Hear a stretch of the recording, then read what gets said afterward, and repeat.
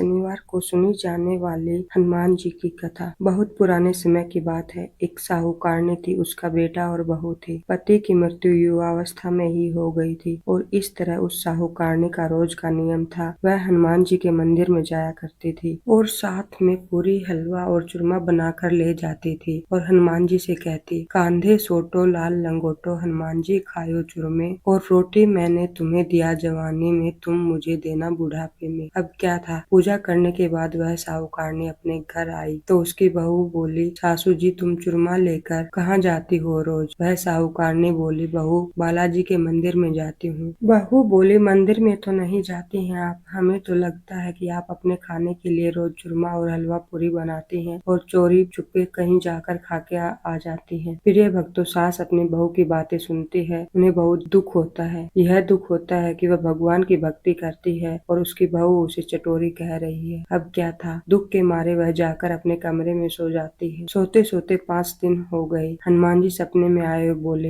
हे साहूकारनी, तूने तो जवानी में दिया है, मैं तुझे बुढ़ापे में देता हूँ। साहूकारनी बोली, हे हनुमान जी, आज तो आप मुझे खाने के लिए दे देंगे, लेकिन रोज कौन देगा? हनुमान जी बोले, हे साहूकारनी, मैं तुम्हें रोज दूंगा। अब क्या था, हनुमान जी की महिमा देखिए। उन्होंने साहूकारनी को खाने के लिए चूरमा रोटी हलवा पूरी दिया। साहूकारनी चुपचाप चूरमा रोटी खा लेती है। इसी प्रकार 5-6 दिन बीतते हैं और धीरे धीरे बहू के घर में से अचानक अनाज इत्यादि खत्म होने लगता है। उसके पास कुछ नहीं रहा, सब चीजों में घाटा पड़ गया। बहू ने सोचा, सास को 7 दिन हो गए हैं, मैंने तो उन्हें खाने को कुछ दिया भी नहीं, देखूं तो कैसी है। अब देखिए, बहू अपने सास के कमरे में जाकर देखती है तो उसने क्या देखा कि उसकी सास तो अच्छी भली मोटी ताजी है। बहू बोली, सासू जी, मैंने तुम्हें खाने को भी नहीं दिया और तुम क्या खाती हो, इतनी स्वस्थ और मोटी ताजी हो। सासू बोली, मुझे तो हनुमान जी मीठी मीठी पूरियां और हलवा दे जाते हैं, मैं वही खाती हूँ। अब क्या था,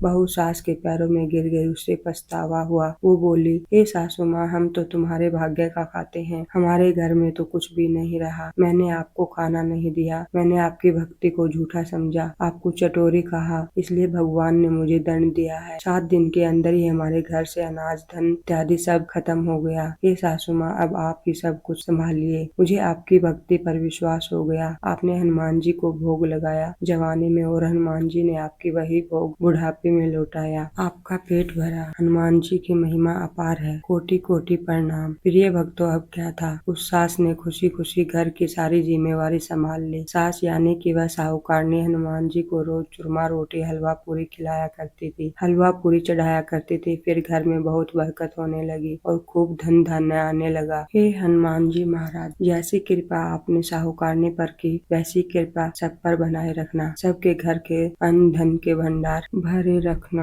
बोलिए बजरंगबली हनुमान की जय। ओम नमः शिवाय। मंगल देवता की कथा। बहुत समय पहले की बात है। किसी गांव में एक बुढ़िया रहा करती थी। वह मंगल देव को अपना इष्ट मानती थी। मंगलवार के दिन वह ना तो घर लेपती थी और ना ही धरती खोदा करती थी। हर मंगलवार को वह मंगल देव का व्रत रखती थी। उसका एक पुत्र था जो मंगलवार के दिन ही पैदा हुआ था, इसलिए उसे मंगलिया कहकर पुकारा करती थी। बुढ़िया की श्रद्धा देखकर स्वयं मंगल देव ने उसकी परीक्षा लेने को ठानी और साधु का भेष बनकर उसके घर मंगलवार के दिन पहुंच गए। वह बुढ़िया से बोला, हे बुढ़िया माई, मैं भिक्षा मांग कर लाया हूँ, अतः मुझे भूख लगी है, मुझे भोजन बनाना है, तू थोड़ी सी धरती लेप दे तो मैं भोजन बना लूँ। बुढ़िया माई ने कहा, महाराज, मैं मंगलवार की व्रती हूँ, मैं आज के दिन धरती नहीं लेपती, मैं जल का छिड़काव कर देती हूँ, आप उस पर भोजन बना लें। उसकी बात सुनकर साधु ने हट पकड़ ली कि नहीं, मैं तो लिपी हुई धरती पर ही भोजन बनाऊंगा। बुढ़िया ने भी रट पकड़ ली कि आज तो धरती ना लेप सकूंगी, इसके अलावा आज जो भी करने को कहेंगे मैं वो कर सकती हूँ। उसकी बात सुनकर साधु ने वचन लिया कि धरती लेपने के अलावा जो कहूँ करना पड़ेगा। अब क्या था, बुढ़िया ने 3 बार वचन दे दिया, वचन है वचन है वचन है। अब साधु ने कहा कि अपने बेटे को बुला ला, मैं उसकी पीठ पर अंगीठी जलाकर खाना बनाऊंगा। साधु की बात सुनकर बुढ़िया के होश उड़ गए, पर वह मंगल देव को साक्षी मानकर बनकर वचन दे चुकी थी। उसने मंगल देव का स्मरण कर अपने बेटे को बुलाकर साधु के पास भेज दिया। साधु ने कहा,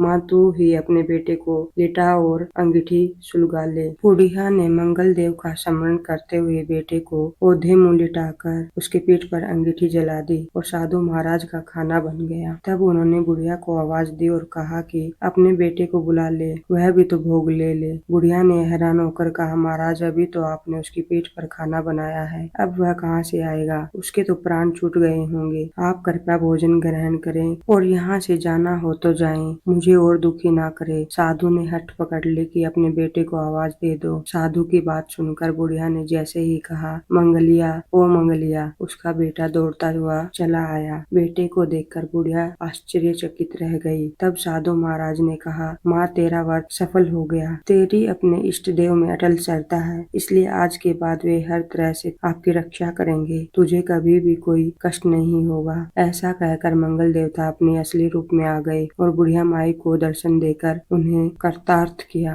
अब मंगल देवता के आशीर्वाद से बुढ़िया माई के बेटे का विवाह हो गया। सुंदर रूपवती संस्कारी सभी गुणों से संपन्न बहू लक्ष्मी रूपा बहू उनके घर में आ गई। मंगलिया भी नौकरी राजा के दरबार में करने लगा। बुढ़िया माई का घर धन धान्य से भर गया और बुढ़िया माई सोने के पलना में नाती पोते खिलाने लगी और अपने इष्ट देव का भजन कीर्तन करते हुए अंत में वैकुंठ धाम हो गई। हे मंगल देवता, जैसे आपने बुढ़िया माई का कल्याण किया वैसे ही अपने उन सभी भक्तों पर करना जो आपकी इस कथा को बड़े ही श्रद्धा भाव से सुनते हैं। जय बजरंगबली की जय। प्रिय भक्तों, हनुमान जी महाराज की कथा। मंगलवार व्रत की कथा। मंगलवार व्रत कथा के अनुसार ऋषि नगर में केशव दत्त नामक एक ब्राह्मण अपनी पत्नी सावित्री के साथ रहा करता था। केशव दत्त के घर में धन संपत्ति की कोई कमी नहीं थी। नगर में सभी केशव दत्त का सम्मान किया करते थे, लेकिन केशव दत्त संतान नहीं होने से बहुत दुखी रहता था। दोनों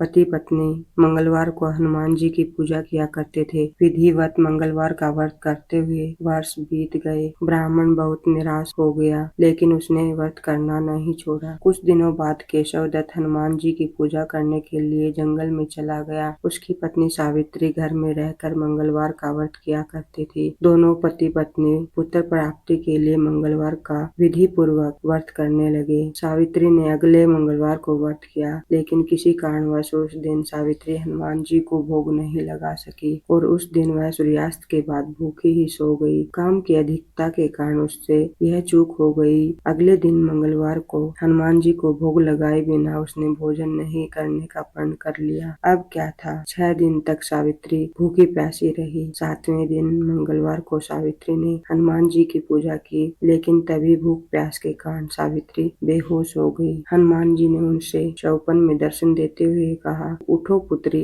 मैं तुम्हारी पूजा से बहुत प्रसन्न हूँ। तुम्हें सुंदर और सुयोग्य पुत्र होने का वर देता हूँ। यह कहकर हनुमान जी अंतर्ध्यान हो गए। तत्काल सावित्री ने उठकर हनुमान जी को भोग लगाया, स्वयं भोजन किया। हनुमान जी की अनुकंपा से सावित्री ने एक सुंदर बच्चे को जन्म दिया। मंगलवार को जन्म लेने के कारण उस बच्चे का नाम मंगल प्रसाद रखा गया। अब कुछ दिनों बाद सावित्री का पति केशव दत्त घर लौट आया। उसने मंगल प्रसाद को देखा तो सावित्री से पूछा, यह सुंदर बालक कौन है? सावित्री ने खुश होते हुए कहा कि मुझे हनुमान जी ने दर्शन दिए हैं और पुत्र प्रदान करने की सारी कथा अपने पति से सुनाई। लेकिन केशव दत्त को उसकी बातों पर विश्वास नहीं हुआ। उसके मन में पता नहीं कैसे यह विचार आया कि सावित्री ने उसके साथ विश्वासघात किया है। अपने पापों को छिपाने के लिए सावित्री झूठ बोल रही है। केशव दत्त ने उस बच्चे को मार डालने की योजना बनाई। एक दिन केशव दत्त स्नान करने के लिए कुएं पर गया। मंगल प्रसाद भी उसके साथ था। केशव दत्त ने मौका देखकर मंगल को कुएं में फेंक दिया और घर आकर बहाना बना दिया कि मंगल तो कुएं पर मेरे साथ पहुंचा ही नहीं। केशव दत्त के इतने कहने से ठीक बाद मंगल दौड़ता हुआ घर में आ गया। केशव दत्त मंगल को देखकर बुरी तरह हैरान हो उठा। उसी रात हनुमान जी ने केशव दत्त को सपन में दर्शन देते हुए कहा, हे केशव दत्त, तुम दोनों के